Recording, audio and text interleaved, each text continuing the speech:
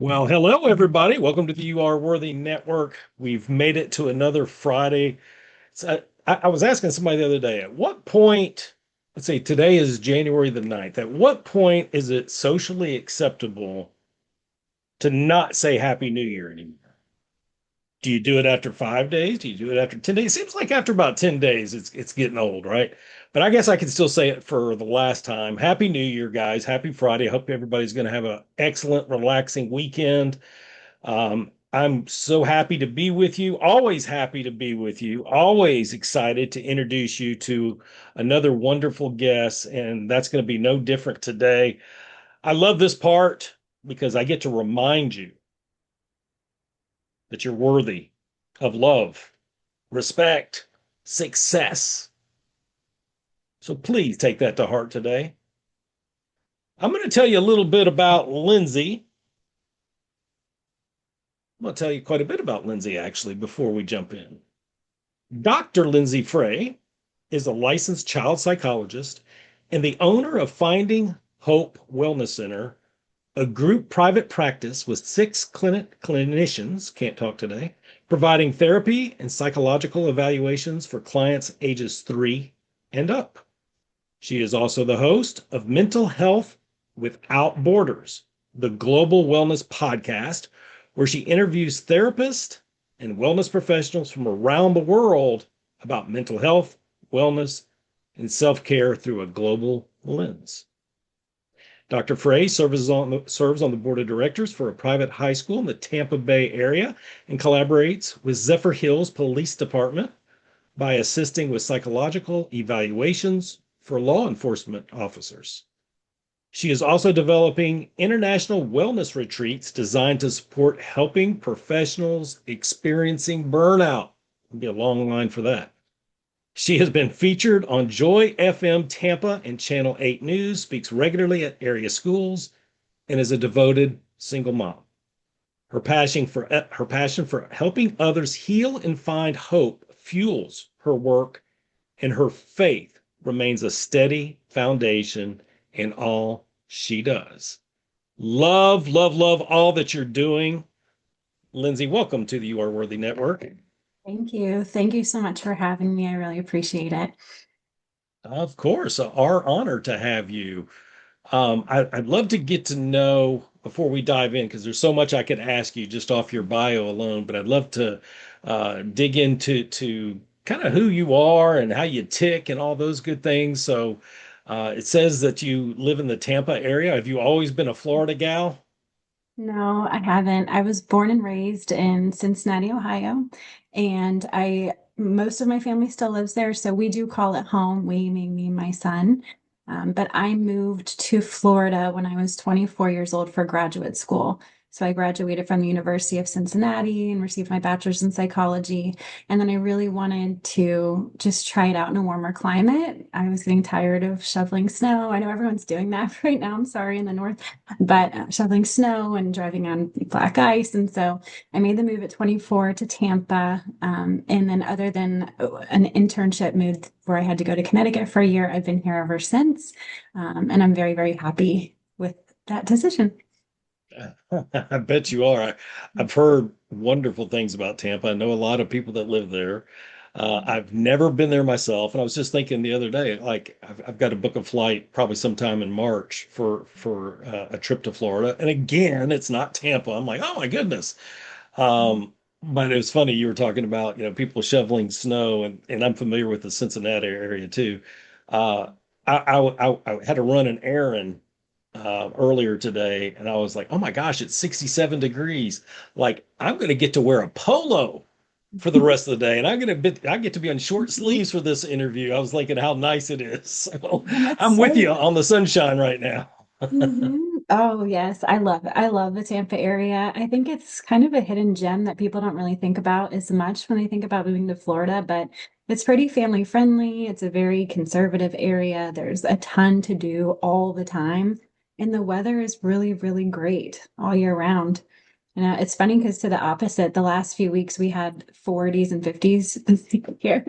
So you saw Floridians walking around in heavy coats and scarves and boots and all of the like. So it was kind of funny to see that coming from Ohio for Christmas, but the majority of it is 60s, 70s, 80s. And then the summer, yes, it gets hot, but that's usually when we go to other areas. We go to visit.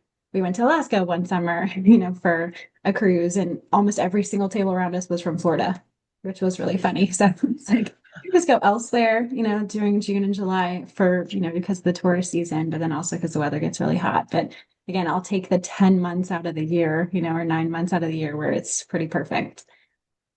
Yeah, I'm with you. I know people that'll say, I want all four seasons. I'm like, nah, I've lived through the harsh winters in Mhm. Illinois and the snow and the 8 to 10 inches of snow 6, 8 times a year and the gray. I'm like, I don't know.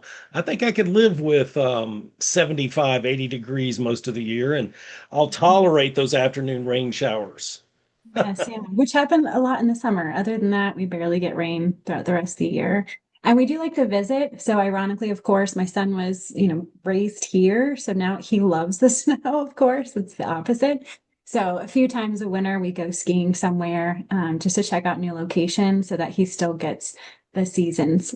So we might take a trip somewhere and see the fall leaves. We might take a trip and go, skiing or snowboarding, um, but this is our base and I like it. And so I received my master's and doctorate here from 24 until 30. Then I started developing my business and just stayed. It made the most sense after I started developing so many, professional connections here.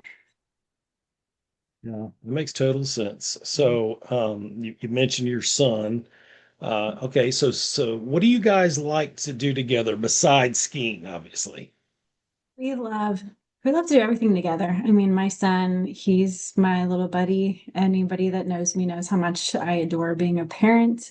And I just love him dearly. So a lot of outside stuff. So, something that's been really special is that I'm taking him to all 50 states before he is 18. That's a big goal of mine. And so far, he's been to 42. So, we love to travel. We love to go on road trips. Like this summer, we went to Ohio, but instead of just going the direct route from Florida to Ohio, we went west. So, we went through all the states, Mississippi, Alabama. We went up to Illinois, Arkansas, and then over to Ohio. So that was a lot of fun. And we took our dogs in the car with us. So traveling is probably our number one favorite thing and anything outside. So we like going to the beach. We love paddleboarding. He loves going to the movies with me. We like to go do fun things with our friends downtown. We like to just be by the water. So I think anything that's active and outside is probably our favorite. Our favorite. Sounds like you guys have a lot of fun together. I'm already jealous of your son because I don't think I've ever counted how many states I've been to, but I know it's not 42. It's probably more like 32. So he's already becoming well, I don't know about a world traveler. Have y'all been out of the country together yet? Well, he wants to go. So I've been out of the country several times. I love traveling internationally, but I told him he needs to finish the States before he gets the privilege of going out of the country. Because I do. I think it's next level. I think it's important to travel and open up your mind to the different ways that people live. And the very first place that he wants to go is Italy, which is also one of my favorite countries to visit. So we'll see how long it takes us to get to the States. We also have some friends in Greece, so we really want to. I've been to Greece a few times, but I want to take him there to be able to see our friends. So those are probably our two top destinations, but I'm trying to hold off on all the states first. Like first thing first, I don't want to forget about our little vision that we have. And the spring break coming up, we're doing Montana and Idaho for the first time. So we'll be at 44 by March, and then we've got a couple summer plans. So who knows? In a couple years, maybe I'll get to go internationally, but I do think it's a privilege. Oh my goodness. Yeah, I was thinking, you could go to Hawaii right before going out of the country. It kind of be an easy segue, right? Yeah, well, that's our finale. We're saving Hawaii for our finale for sure. Yeah, that makes sense. Um, I ask a lot of people this question, and it's going to be a little different with you because of your background, but I get to interview a lot of entrepreneurs that most of them didn't know they were going to be doing what they're doing when they were 18, 19 years old in college, right? But it sounds like, tell me if I'm wrong, it sounds like you knew what you wanted to do pretty early on. Is it even before college you knew what you wanted to do? Yes. Yeah, absolutely. Tell me 16. about that. Wow. Yep. Um, do you want to know the story or Yeah, I want to know what piqued your interest to go into that field of Like, counseling. yeah, counseling and psychology. Well, I was raised in a strong Christian family. Mother, father, older brother, younger sister. We were very close. My dad was a youth pastor, and I would say most of my family members work in the church somehow or serve in the church somehow. My grandfather's was a pastor for 40, 50 years. He still, gets up there and preaches sometimes, even though he's 92 years old. And I've got uncles Wait that a are minute, wait a minute. Whoa, whoa, whoa. How old? he's 92 and And he still, still preaches occasionally. yes, yes, Wow. quite often, whenever he can. Yes. Okay. Mhm. Yeah. Carry And so, on. That's amazing. yes, my other grandfather passed away at 98. And at 90, we were asking him what he wanted for his birthday. And he said he wanted 10 more years to lead more people to Christ. So I'm so grateful for my heritage. So I had a strong heritage growing up, strong Christian heritage. And I did well in school. I was a cheerleader. I ran track. I had a lot of friends. But then tragedy struck our school at 13 years old. I had a boy that was in my youth group, and he had a heart attack in our gym class, and he died suddenly. And that was it just sent a shockwave throughout our school. And particularly with me, just really understanding how precious life is. And it was eye-opening, and it hit me really hard. And the following November, I had a very good friend who died in a car accident. And so this was November 7th, 1997, and then November 15th, 1998. And I was very, very close to him. I was with him a couple days beforehand. And so the year Hmm. after that, November 24th, 1999, my best friend died in a car accident. His name was Jordan Walker. And then another boy in our school, Troy Mulligan, who was also pretty close to me, but not as close as Jordan. Jordan, we grew up together. Our brothers are still best friends to this day. So when you are, see, I was 13, 14, 15, or 14, 15, 16, I guess, at that time, it shook my world, and I had all the signs of depression without knowing what depression was. And so if you think again in the 90s, we were not talking about mental health to the point that people can't even fathom that these days, that I didn't know what depression was. I didn't know what anxiety was. I didn't know what PTSD was, which I most certainly had at some point in time. And so we weren't talking about it. Everyone was just, that's really sad. Let's move on. And I just got stuck. I couldn't move on, especially with the last one being the hardest one, the closest one to me. So I started talking to a guidance counselor, and within 4 months of talking with her, she passed away, and she was 26 years old. Oh And my so goodness. that was my only kind of outlet, I guess, to talk with somebody. I just didn't know what to do.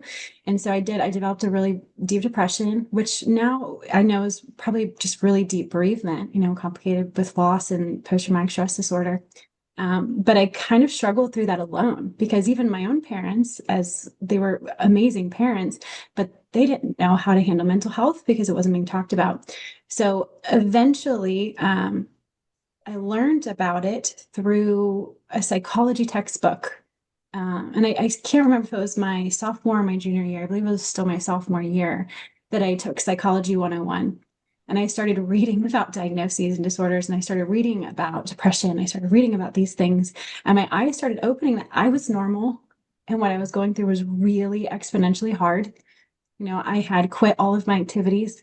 My grades were struggling. I was pulling away from friends. I was crying all the time. I was lost and confused about my future when I had had this like very clear path before, and I was motivated to do lots of things. I always have been pretty motivated.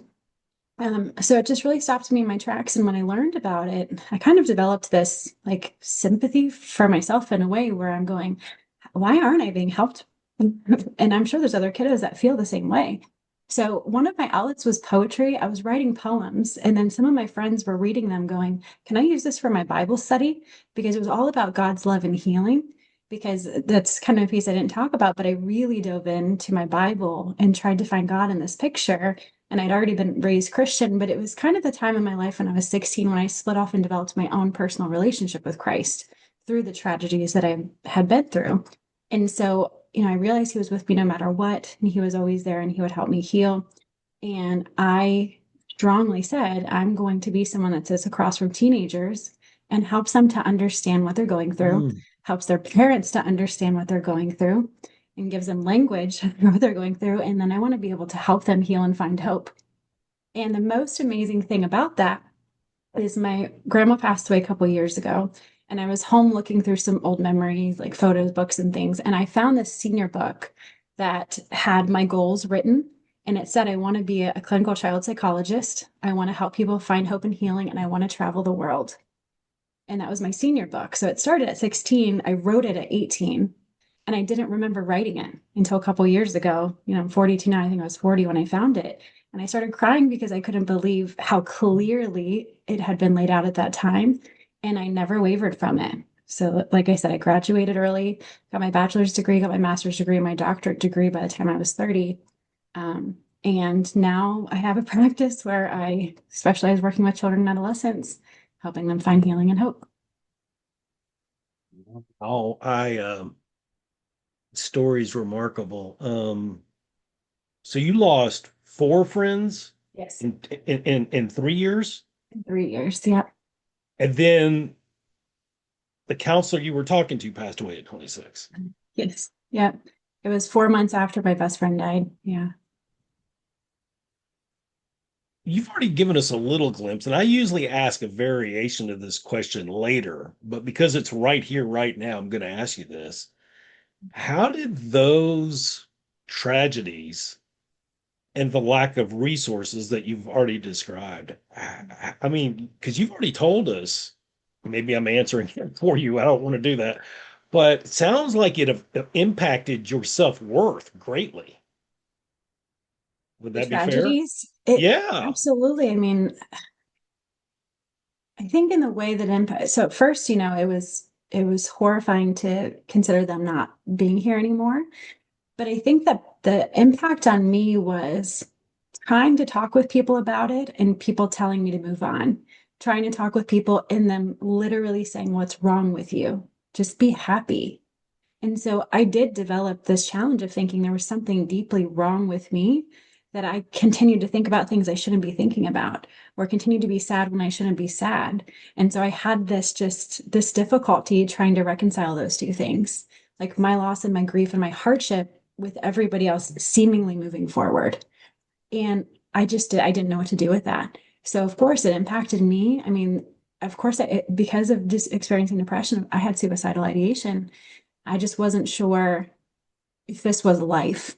Like, is life this hard and people aren't really there for you to help you through it? Is that real? Because my experience before then, I didn't need a lot of help. I was really independent. Like I said, I got good grades on my own. I was motivated to do my best kind of on my own internally. And so I didn't need a lot of help. When I finally needed help, it just felt like the help that I needed wasn't there, you know? So that was Yeah. tough. We still do this. You're talking about the late 90s, right? Hmm. We still do this today, but thank goodness there's so many more resources. Mental health is such a, I don't even know the right term. It's more prevalent now. It's more acceptable to talk about. I love that you in what you do now is you're a part of the solution. But yeah, back then, kind of that pull yourself up by the bootstraps, move on, all those canned answers, and they frustrate me because and I know I can't try to show it or vent out in the frustration of it, but it's like people think they're trying to help by telling you that, and it's Yeah. actually causing more damage are canned answers. And I don't want to go too deep down this road because I want to get into what you do now, but it's Mhm. like it's almost like I want to tell you something just to move on because this is getting too close and too hard for me watching you go through this. So let's just move on. Really, what the person's saying, I don't want to get too close to this mess. So let's just give them a canned answer to deal with. Right, absolutely. It makes the other person feel uncomfortable. And if they don't know how to deal with it or help with it, it just makes them uncomfortable and they want to move on from it, or they don't have time to deal with it. It's just emotions. Okay, move on. You can keep going.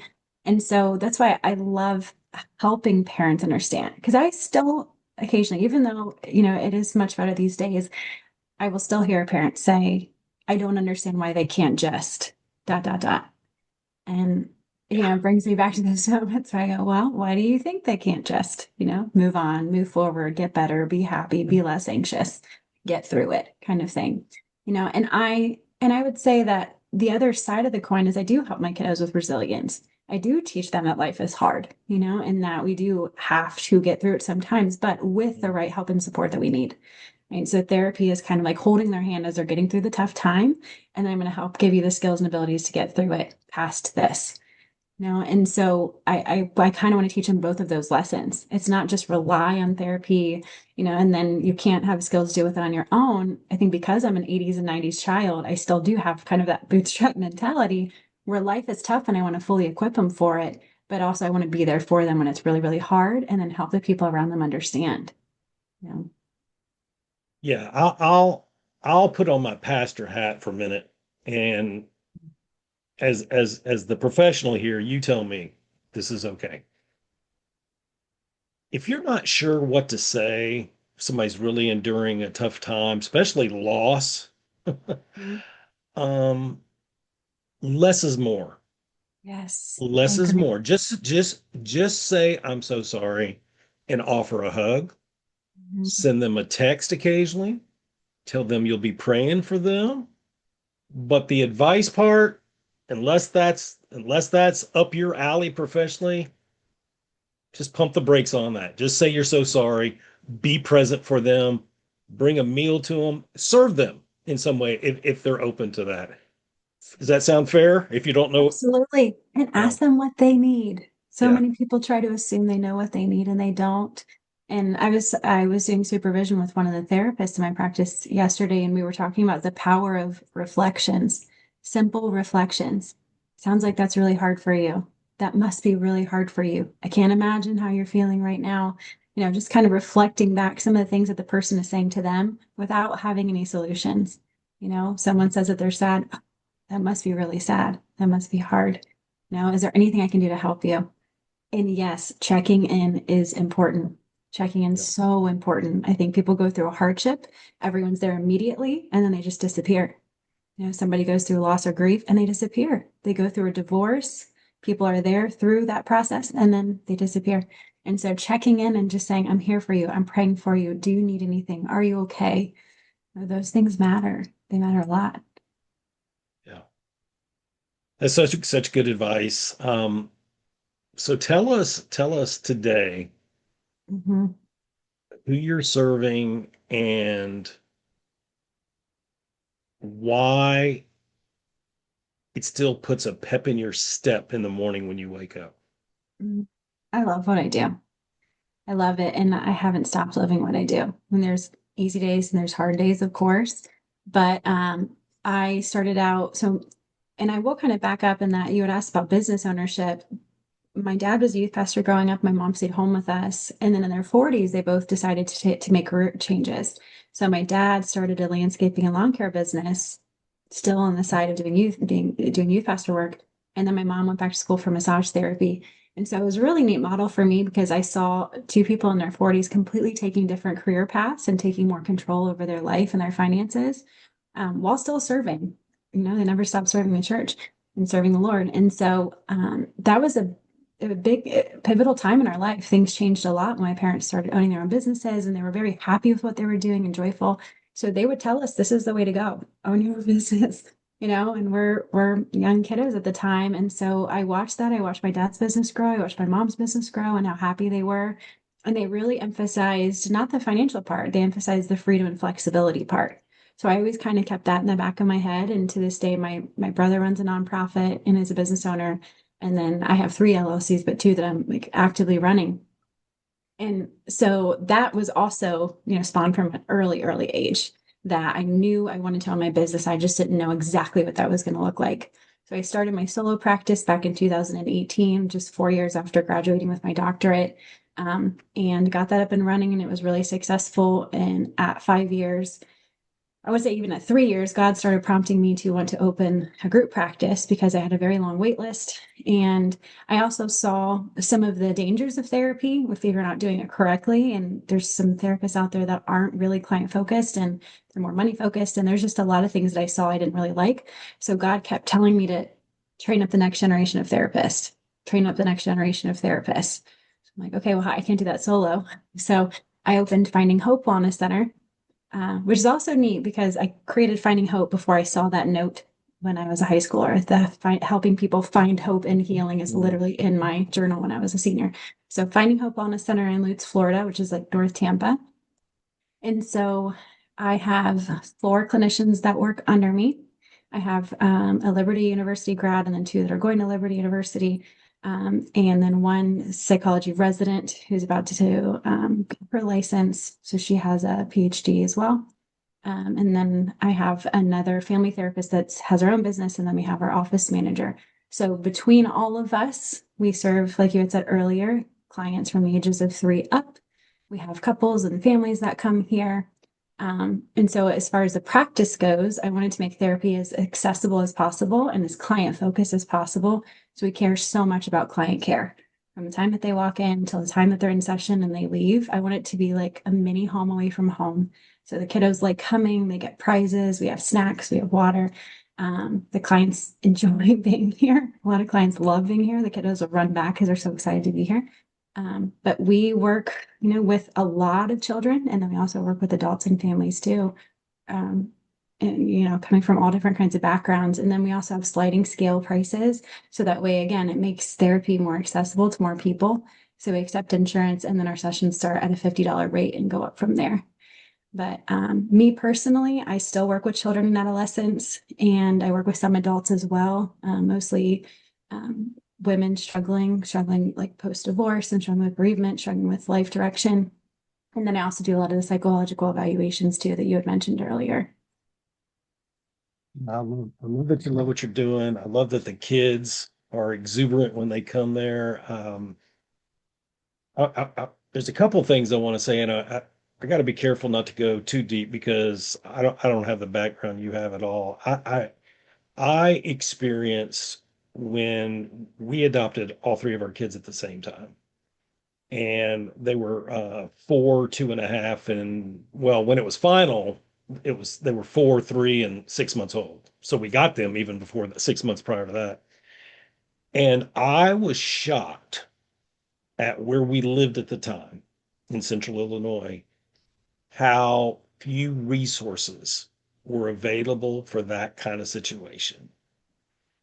And we eventually found a wonderful therapist for our kids, but the support system for the parents almost non-existent in a fairly decent sized city, right?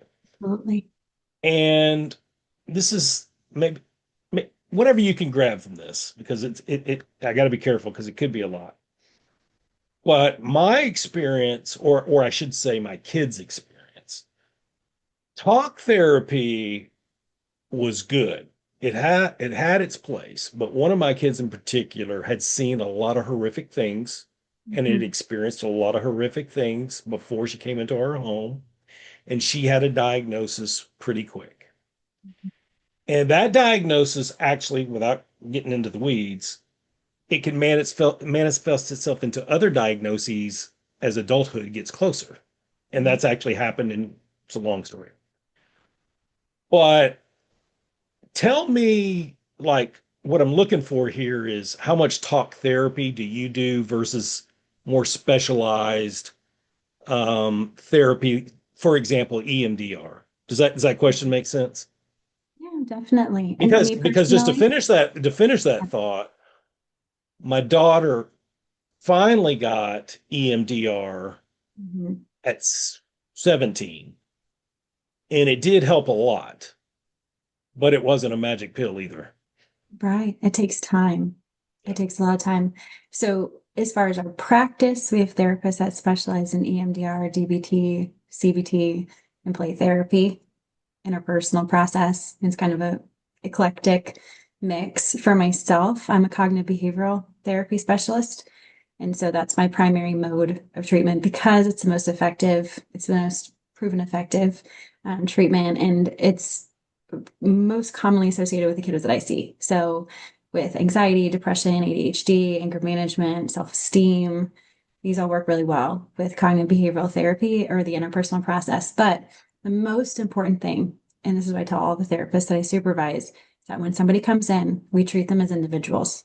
So don't already have a plan. We're going to talk with them, see what their needs are, what their goals are, and then we're going to formulate a plan. And that plan might change based on the needs.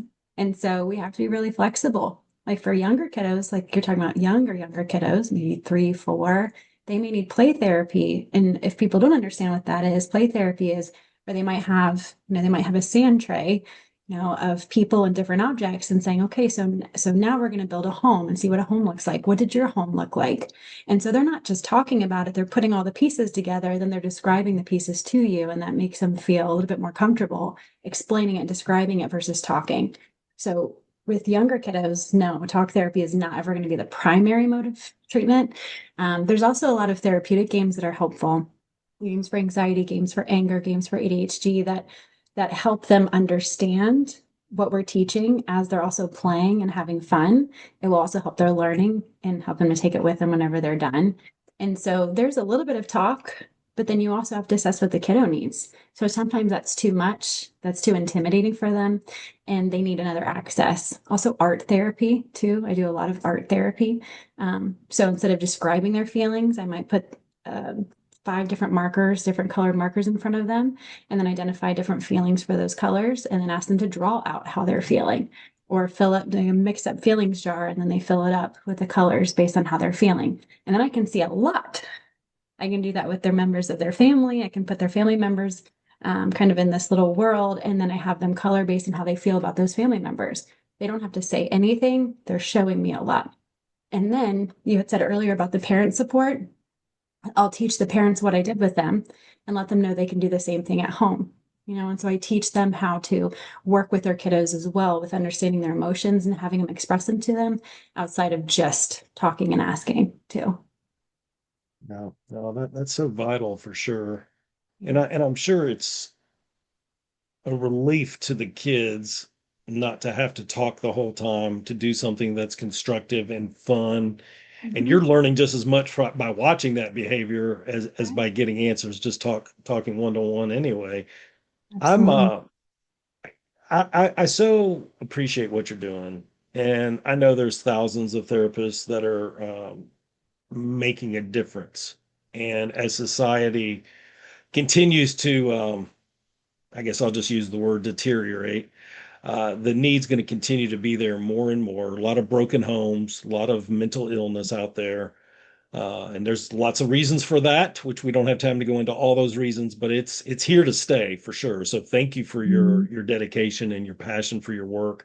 I'm just curious, like we don't have time to get into all the things, but just reading that bio earlier, Yeah. police evaluations, you're working on you're not doing retreats yet, are you? We're in the process. So it takes a very long time to develop international wellness retreats. So I've been to Greece and Scotland, scouting locations. I have a couple partners that are helping with that, but there's a lot to it. So you've got presentations we're developing, connections we're developing, um, accountants we're talking to, and business professionals and people that have done it before. I've done trainings on it. So it's something that's been kind of a new passion of mine for the last couple of years as I've gone on them myself, and I've seen how beneficial they can be. And then I see the burnout rates going up with professionals in my field. And I go, I can't help everyone, but if I could help this therapist, stay well in their space, then they can continue to help clients, and therefore we can still be really, really effective. And so I want to helping professionals stay well, and not get to the burnout period by doing these wellness retreats. It's like an immersive retreat. So they would come in, we would do trainings on the 5 pillars of wellness while we're also having an amazing vacation. Greece and Scotland, like I said, are 2 of the locations I'm looking at right now. And then leave with a wellness plan to help themselves stay in a good space and place as they're also helping other people so that they don't burn out and they can stay in the field doing what they do. So that's something that has really become a passion of mine. Yeah. Love it. Love it. Okay, so honest answer, Yep. because it sounds like you're a go-getter. How much do you actually sleep a night? Um, I'd say 6 to 8 hours. Okay, I don't know how you cram it all in. I know. I often say I wish there were more hours in the day. If I had like 4 or 5 more hours in the day, I could do a lot more. So sometimes I get frustrated that there's not enough time.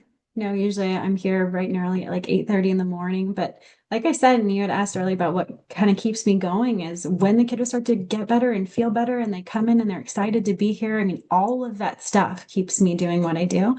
And so it's hard to not think about it, It's like I'm young and I still have energy, so it's like I don't know, I'm not going to be in this space and place forever. So I do want to, maximize the potential of what I'm able to do and reach, as many people as we can. Empower my therapist to do the same, so I'm not alone anymore in doing that, which is great. But sleep is important. It's incredibly important. It's one of the 5 pillars of wellness that I talk about. But yes, usually around like 6 to 8 hours. I try really, really, really hard to get 8 hours. That's my goal every night. Okay. Okay. I'm just making sure you weren't that person that says 3 or 4 a night. No, absolutely not. I don't think I could handle that. Sleep is No, vital. It's probably not with your important. schedule. I wouldn't I think like it. so. Yes, but I prioritize balance, so it's like when we're off, we're off. When I'm with my son on the weekends and the evenings, we're either at church or activities, spending time with friends. So when I'm work focused, I'm work focused. And when I'm not, I'm off and I'm with him or we're doing stuff with church. I also serve in my worship team as well. So I think the balance is important. Yeah, I love the perspective. Yeah. So this is nowhere in your bio. You haven't said anything about it. I just have caught a couple of things. Is there a Mhm. book in your future? I would love to write a book. The problem is I have too many ideas. So uh, I know I had a business coach once that I had to break down because I said, I think sometimes people have a problem with direction. I just have so many directions I want to go in. It's hard to like tether myself to one, but I'm very interested in writing a book, but I would want it to be meaningful and effective. So yes, I've had the idea of writing like my own biography. I've already kind of started writing it. I probably have 60 pages in there already, different parts of my story that would be focused on resilience and hope and moving forward. I think that's just always been my mindset that's kept me going to just get up the next day, get up the next day through a lot of hardships. And I think sometimes people need to hear that. But then there's also a lot of specialty areas that doing therapy all these years, I have kind of a unique perspective that also could potentially be helpful. So I don't want to write just a book to write a book. I want it to be effective and helpful for sure. See, I don't even worry about that with you. I know once you narrow it down, it will be effective. But you might want to keep that coach handy because they can help you narrow it down for sure. I know I've had a couple different ones going, oh my gosh, I have so many, so many ideas. And I do evaluation reports every single week. And so I probably write 100 to 200 pages a month in my evaluation reports anyways. So writing is not really a challenge. Like I said, it's just narrowing down, the ideas. And something else, I hadn't talked about was the podcast that I did. I had an interest in learning about mental health worldwide.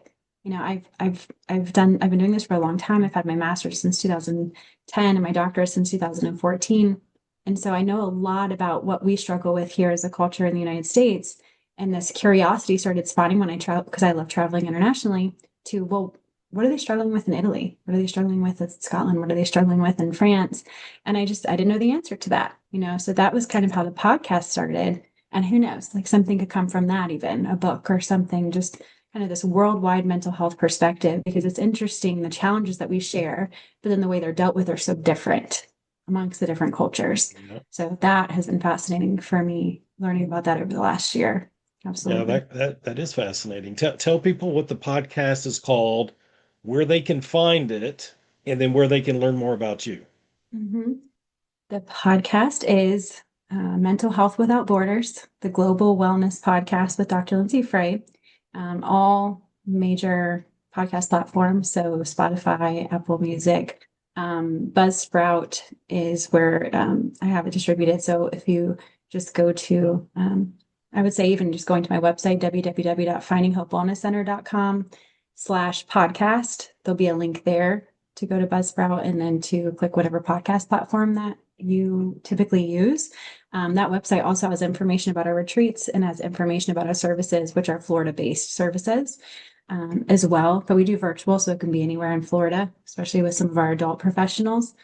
But with the podcast, yes, I interview therapists from around the world and talk to them about the mental health struggles in their area. And then I talk to them about how they treat it. And I talk about how it's kind of handled and managed in their culture. So cultures are so different as far as, of course, how they accept mental health interventions or how they do not, and how there's still shame attached to it.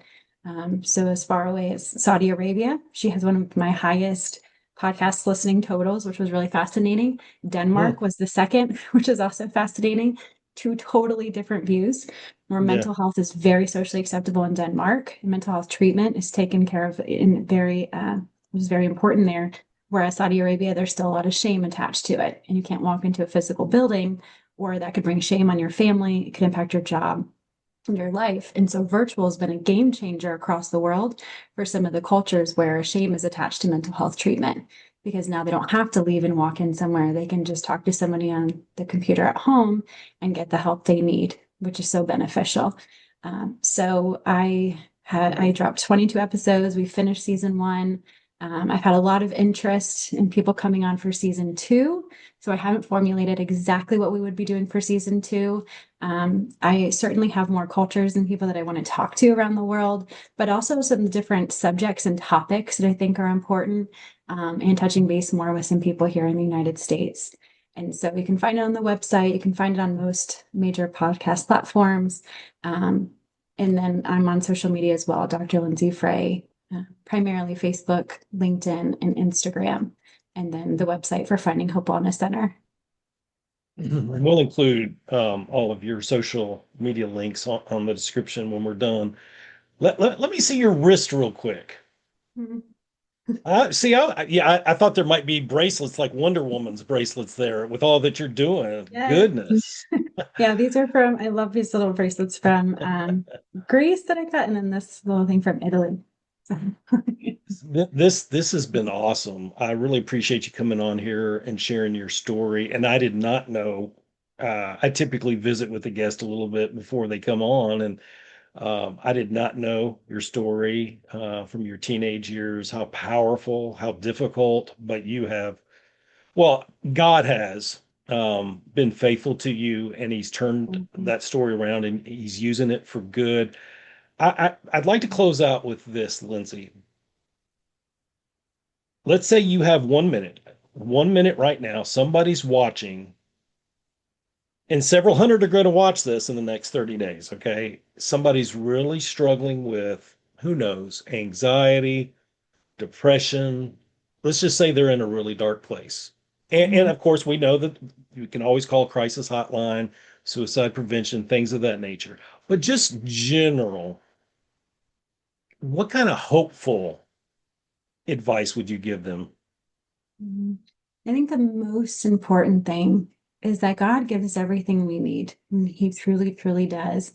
And so I think for me, just really lacking the support that I needed, because so many people run to support is important, which it is. But I didn't have the support I needed to get through. It was me and it was God. And exactly what you said, He told me, it was so clear that He was going to use my story for good. And I didn't quite understand all of that at the time because I didn't know where I was going to go with everything. But He used all of my pain and my hardships for good to be able to help. And maybe for this person, it's not going to be in this such a direct way. They're not going to turn it into, maybe a career in some way. But getting through that, being able to say, God is with me, and another day, I always say, like, the sun is going to rise the next day. The sun is going to rise the next day. It's going to keep rising. So we need to just rise with it, and just digging into what we can to say, I've got everything I need here between me and Christ. I can get through this. I can do this. Another day is ahead of me, and I can make my life different. If I'm not happy with it right now, I can change it tomorrow. I tell people this all the time. You can wake up and make different choices tomorrow, create a different impact tomorrow. You can make a different career happen tomorrow. You can start that path. Therapy, I love, is a way to get that help and assistance in that middle ground space. You get the support, the help, and assistance without having to worry about shame or family or relationships or anything like that. But I do believe that God gives us everything we need. I think we are incredibly intelligent, empathetic, caring, loving, and strong human beings. We're very resilient in nature. If you look through the Bible and all the stories of what people went through, we have that power inside of us too. And so I think if we can remember that, and then we can get the support we need and the help we need, we can just keep moving forward. I think we have one life. I think we should make the best of it, whatever that looks like. It may not be a high level career, it could be something day to day in your neighborhood that you can do. And I think just walking forward, knowing that we have one life, it's time limited, and we have all of these gifts and talents and treasures and abilities that God has given everybody uniquely. Every single person that is walking this earth has their own unique gifts, talents, and strengths. And Yeah. it's what are we going to do with those? And so when somebody is depressed, it's hard for me to see that sometimes. I know I've been there too myself, but just to go, you know what? You are such an amazing, unique individual. Let's figure out, what's going on, how we can resolve it, and then how I can help you move forward with all the skills that you have. And I just don't know that people are always told that they have them. As you're Mm. talking about the you are worthy, I don't know that they even acknowledge that they have them, but they do. And I think that that's so amazing and powerful. So being reminded of that and knowing that hope is ahead, knowing the sun is going to rise tomorrow, and just getting out. If the only thing you can do is take one or two steps, okay, then do that for today. Try again tomorrow. Ooh. This was a microphone. There it is. That's so powerful. I saw a quote the other day that said, if you're only feeling like 40% today and you give 40%, guess what? You gave 100% of what you had. And that's Absolutely. okay. And sometimes we have to hang on to fight one more day. I loved what you said about the sun rising the next day and we have to rise with it. It reminded me of Lamentations 3:23. His mercies are new every morning. Every And, so, morning. and sometimes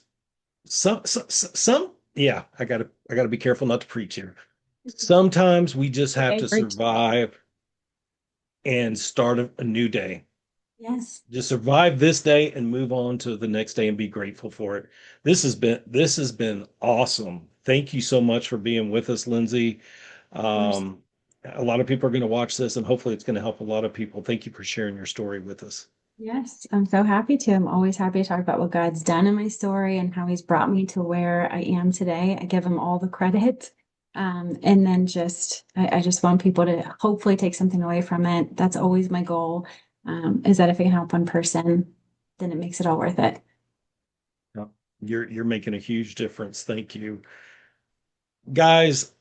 I hope you heard again the common thread, right? You listened to Lindsay early on talk about those tragedies, those accidents, all that death, darkness, grief that she experienced in a short period of time. We didn't go too far into it, but I'm sure there was days when she was like, is this all there is? And Absolutely. it affected her self-worth. She quit doing her routines. And she could have been tempted to say, and probably did say, if she didn't say it out loud, she said it in here, that is this all there is? There's got to be more to life. But here's the great news. God wasn't done with her story yet, not by a long shot. And he's not done with your story either. Your story's not over yet, and you are worthy of love, respect, and success. Please take those powerful messages home with you today. We appreciate you so much. You matter. God bless. Till next time. Take care.